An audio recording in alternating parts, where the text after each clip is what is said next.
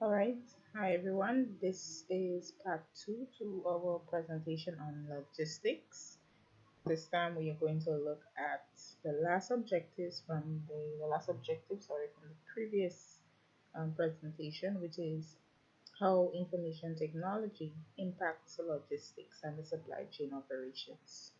Right. So throughout this presentation, you're going to see how technology has played a major role in helping the logistics and supply chain operations to be more effective and to help that business to see more benefits in the short and long run.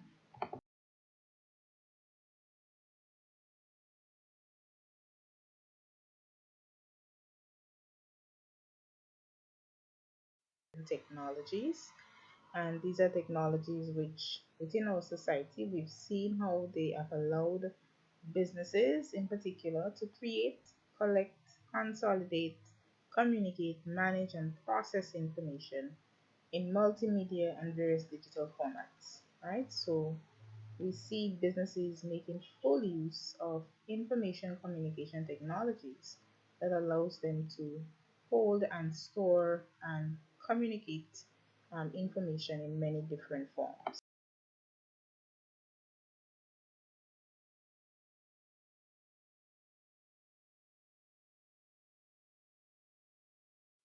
Action plan. So we are in a generation now in terms of the business environment where everything is, well, not replaced, but some activities are paper free. As much as possible, businesses are trying to integrate ICT to allow the logistics process to depend less on paper or the manual way of keeping information and storing information, and develop a greater dependence on the use of technology. Now, this of course involves electronic flow of information. So, as we looked at in the last presentation, information flow, which is part of one of the components of logistics, allows or is allowed by the use of ICT. With ICT, logistics can also be able to track and trace freight, and we'll look at that more as we move on in the presentation.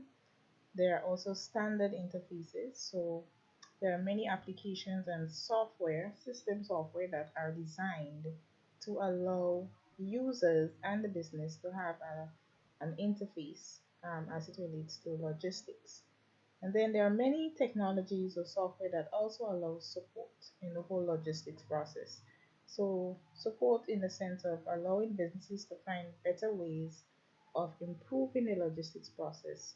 For instance, a simple activity such, well, not simple, but an activity such as routing when making deliveries, which could be very complex based on the size of the area that you're dealing with.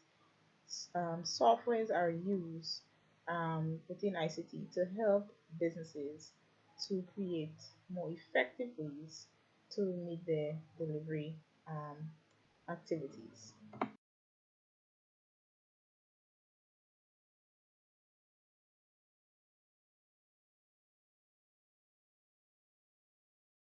Management, we see vehicle tracking, right, which is very trendy today. Routing, as I mentioned a while ago. Scheduling of deliveries, right? Many companies who are also looking at the e-commerce way of um, marketing, right, depend on delivery scheduling, and the use of ICT is of course very important there to ensure that deliveries are done efficiently and effectively. Use of radio frequency, right, to be able to establish communication, and that of course includes the internet um, and other frequencies that allow communication to occur between different points. Barcoding, right, at the point of sale, and not just at the point of sale, but also barcoding is very popular within inventory management, also within delivery, right, and storage, warehousing. So all that is important. Maintaining inventory systems using softwares that manage inventory, telling you when stock needs to be replenished, and giving you that sort of ability to analyze your inventory system so that you'll be better able to do it efficiently and effectively. Managing address systems, you know that with logistics, there's a lot of information flow. The collecting information and addresses in terms of customers, right? So imagine you have to store information on address of a customer who make orders. Let's say like Amazon, right? You need an effective address system that will be able to provide that sort of support to you. Freight auditing, that involves checking all your freight documents to make sure they're accurate, right? And that is also um, integrated into the whole logistics. I mean, sorry, with ICT. So there are many examples. EDI stands for Electronic Data Interface, right? So data is collected in many formats, and ICT plays a key role there also.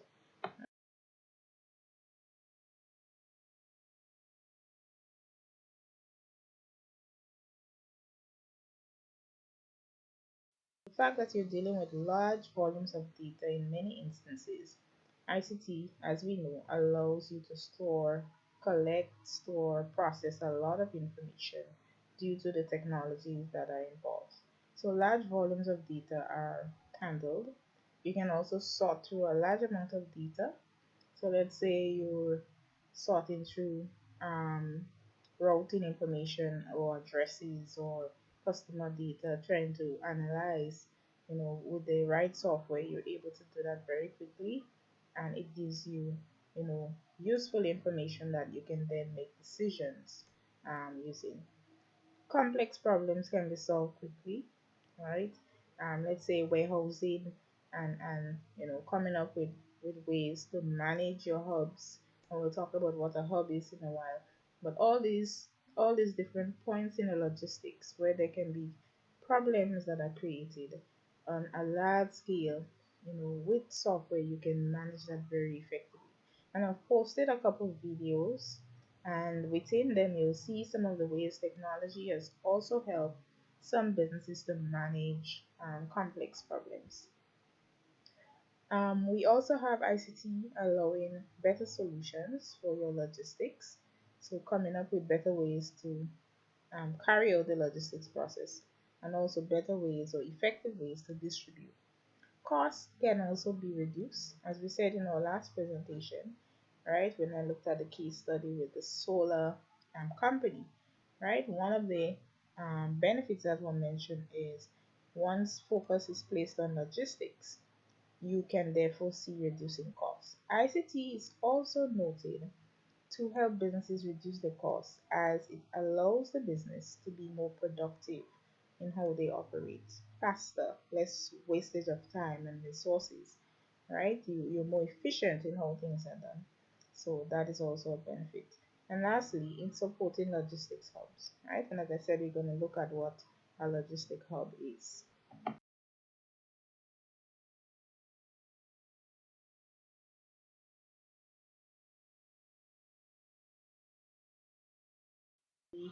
Trending these days within the whole logistics and supply chain operation, most of which you probably are familiar with. So these are highlighted in our syllabus as technologies, right, that are very impactful in the logistics and supply chain management.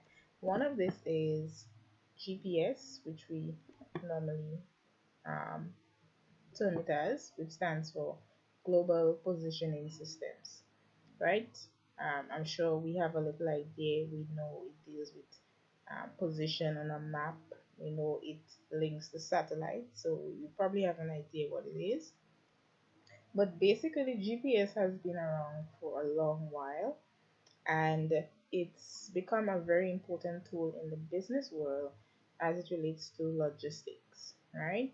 So businesses are now able to use GPS systems to be able to accurately pinpoint positions on a map. And how is this useful? Remember, many of these companies are moving goods from one point to the next. And with GPS, it takes away the problem of not knowing, not being aware where your goods are and at what points, right? And if there are any delays, and how best to treat the situation so that you still come out at the end successful. So GPS use satellites that orbit the Earth and creates that ability for you to accurately pinpoint where that um, if it's a vehicle you're using, then it tells you where that vehicle is, right? Based on the technology that is attached. If you're looking at a particular um, customer point, right? Whatever it is, right? The GPS is able to give you a position on that map, and then you're able now on the logistics end to direct your activities accordingly. So if you're sending let's say a delivery van out on a route, then they're able to accurately direct that driver safely, right, by using the most effective way to get to that destination.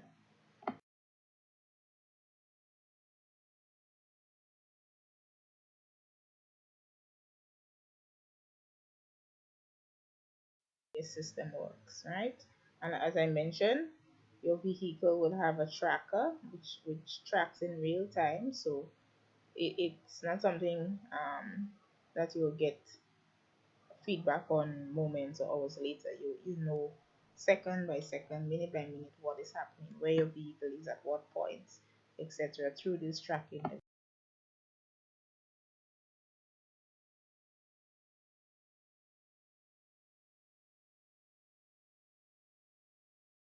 deals with a broader scheme of things where you're able to also capture, store, analyze, and present geographic data. So you're dealing here again with maps, right? And geographic information. So businesses again can use these to identify manufacturing, warehousing location, client location, supplier location, distribution centers location, and all of these links can be connected, and it gives you a good opportunity also to be able to analyze these routes, right? So to choose the best way or route of getting from one point to the next.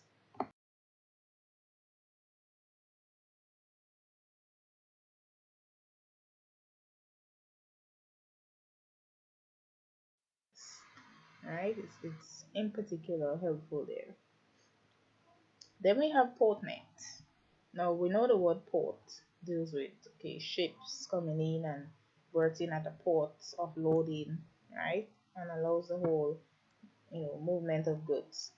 And we know that government controls ports in all countries, right? Because of course they need to know what is coming in and out of that country. So what have been developed is a system that uses technology again, where the authorities of the port uses the internet as a way to link to the different parties that are involved in the whole movement of goods, meaning exporters, importers, carriers, freight forwarders, right? You name it, agents, they are all linked through this system. So access will be given, right? It's like probably logging into a system as a user. So you must have that link to the system, right? And the internet allows now you to be aware of what is happening through the system information that is provided, right? So it allows things like e-processing of authorizations, permits, certificates, custom documents are also processed electronically, right? And there are many other aspects which we're going to look at. So basically, as I said, information about the port, shipping, and the whole logistic process is made available here. In particular, movement by sea is made available here at Portland because we know port. in the basic sense deals with the shipping by sea. All right. So they've created this avenue where um, all the players that are involved in the whole logistics process and shipping by sea, including government, are all linked through this.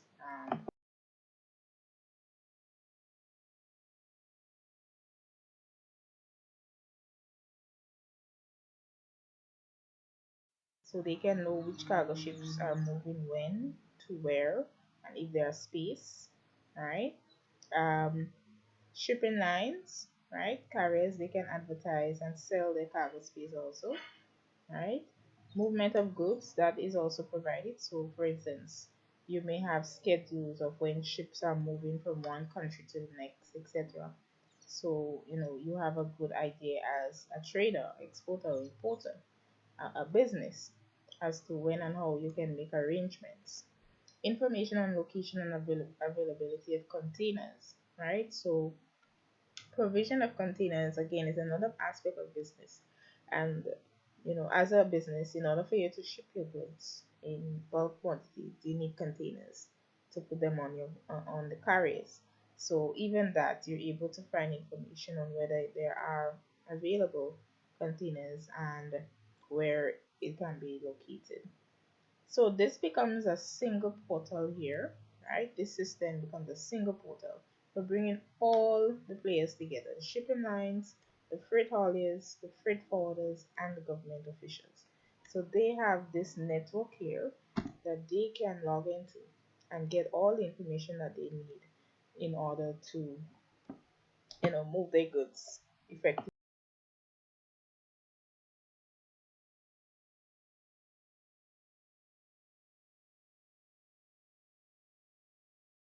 The transport of goods or materials by road, right? So persons who take goods from the point of origin to, let's say, the port to be shipped by road or to the point of destination, right? We call them freight hauliers. So the freight is the goods basically that is being moved.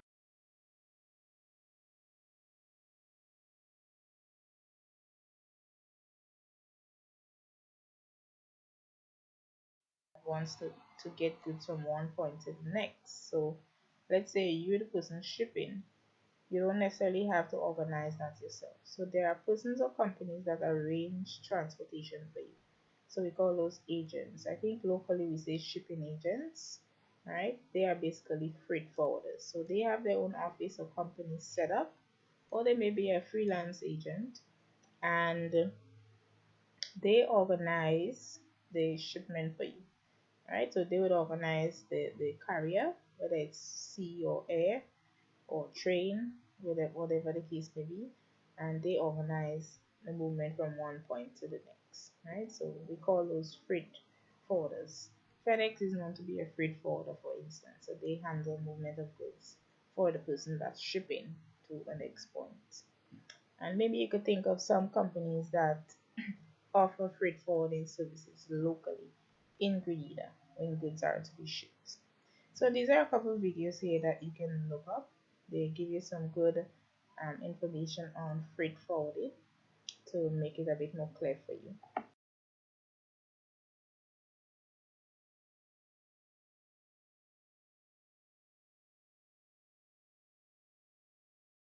Marketing, which we are familiar with, right? So we know e-commerce involves using the internet to make your goods available, to market your goods to your buyers, and telemarketing using the telephone to market your goods to your potential buyers, right? These are all technologies that allows businesses to again control the whole logistics process and to have a good idea of customers needs, to provide for these needs in at least reduced time, right? Filling orders, for instance, those can be done very quickly. um, Reverse logistics, as we talked about, returns and all of that, all those are provided through these services. In particular, e-commerce, right, makes it very easy and efficient for these logistics process to be handled.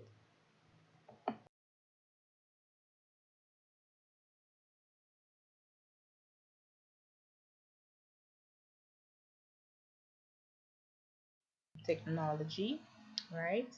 And then we're looking now at the providers. Now, providers are basically companies, right? Global logistics providers.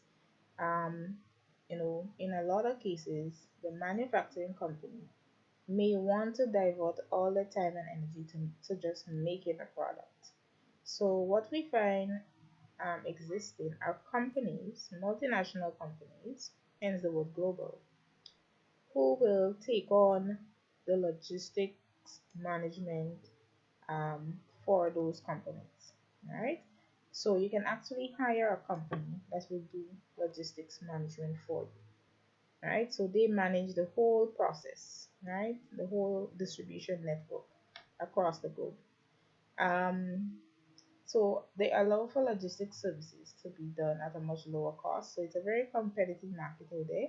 Many logistics providers exist um, that give you a cost-effective way of managing your logistics. And when some companies that manufacture look at the option, whereas they um, cover their own logistics management and the cost of doing that, as opposed to outsourcing it, right? Outsourcing means letting another company, which is a logistics provider, handle the logistics for them. It is very cost effective, right? These firms also have technical capabilities. So, as we see in some of the videos, and as you will see in some of the other material presented, you'll see that many of these companies have invested in a lot of technologies that allow them to one, experience economies of scale, hence lower cost of doing those logistics processes, and they're able to offer competitive rates, right, on within that market. So they have a very efficient system set up, and they handle a lot of large scale logistics process, which is, can be very complex for businesses if it's undertaken by themselves. But with the logistics provider, global logistics provider, it becomes relatively easy. So companies that do a lot of importing, exporting on a global basis, right? The further your outreach, you may want to use a service or outsource your logistics to a global logistics provider, and they will basically handle that global aspect, right, of your logistics.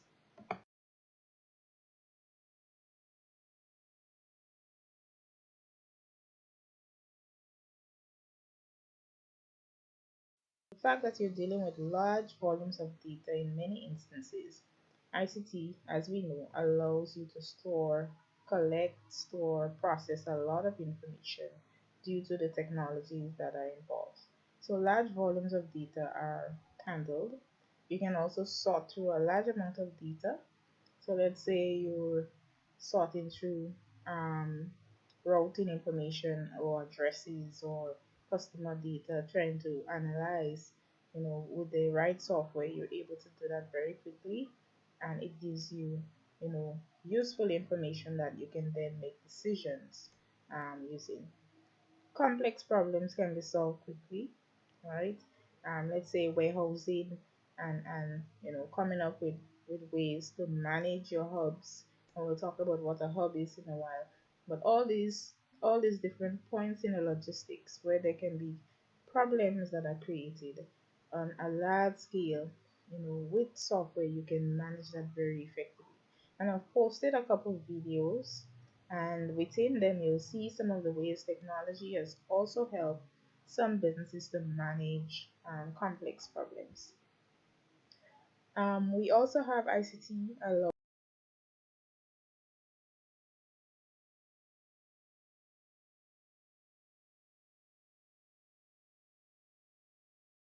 on the service they offer, right? So it's like giving them a different name based on what they offer. So we have 1 PL right up to 4 PL, and who knows, maybe soon, or if not already, you might see 5 PL. But the whole idea here is that different services are offered by the logistics providers, right? So PL stands for party logistics, right? So there are different parties providing logistics, right? So those we're starting at the top. So 1PL are referred to as the one party logistics providers. Basically, these are the people who own the cargo. So they do the manufacturing, the wholesaling, the retailing, right? And they handle those services themselves. So those are 1PLs. Now, in many cases, especially when the operation is large, you may not be able to handle all your services by yourself as a company. Remember, we said sometimes it's better to outsource because it's more cost effective.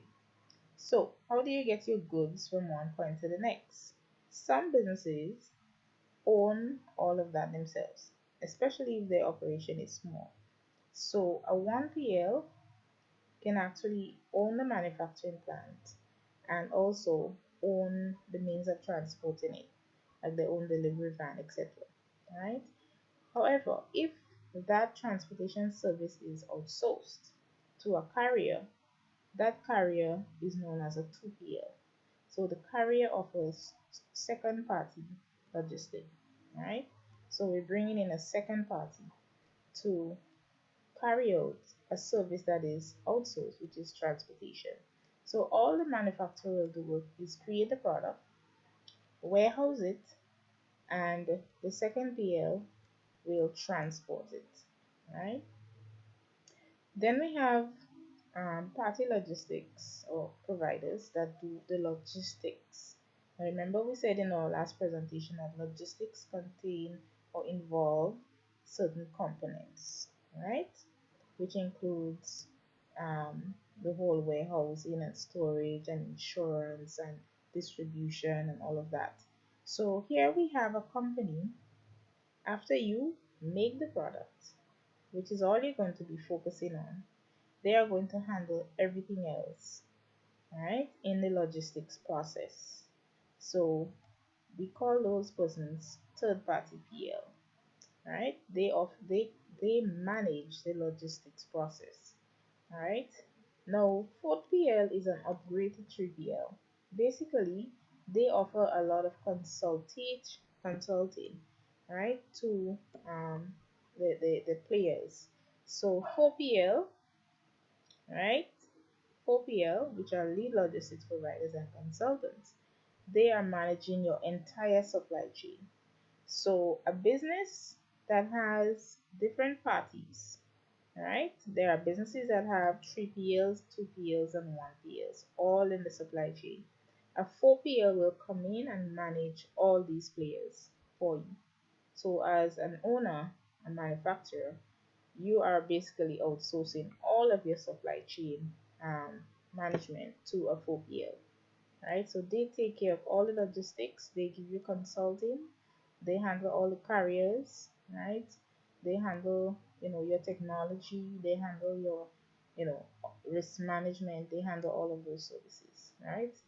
Because they handle the supply chain management, right? So this is very relevant today because we have many companies that outsource.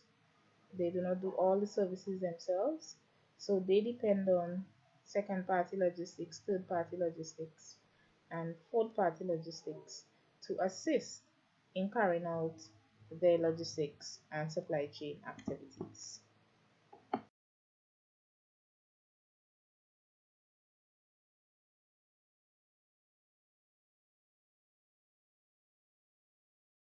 These goods. How are these goods moving? How is it being managed? What is the point between origin and destination? Right? Where is all the technologies that we talked about earlier? There must be some point, some center that will be able to manage all of this. And this is what we call a hub.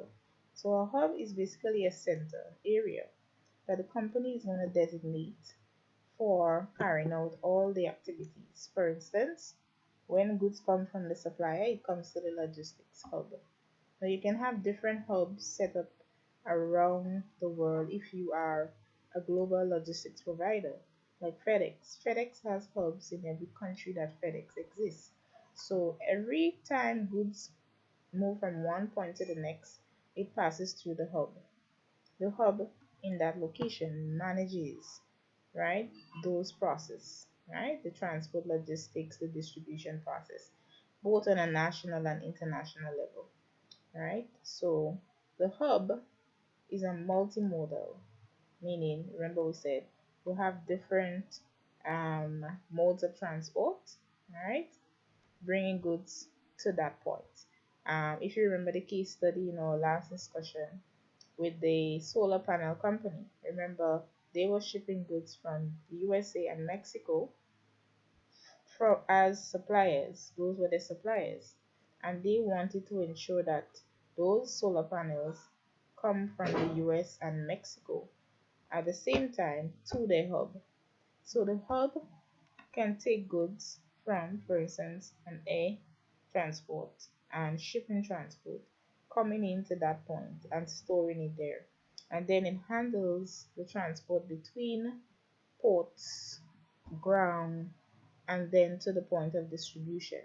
Hubs sometimes are locations again where the goods may come from ground transport and then be brought to the port to be shipped by sea.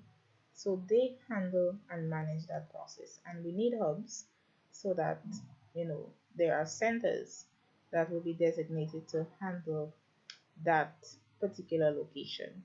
All right.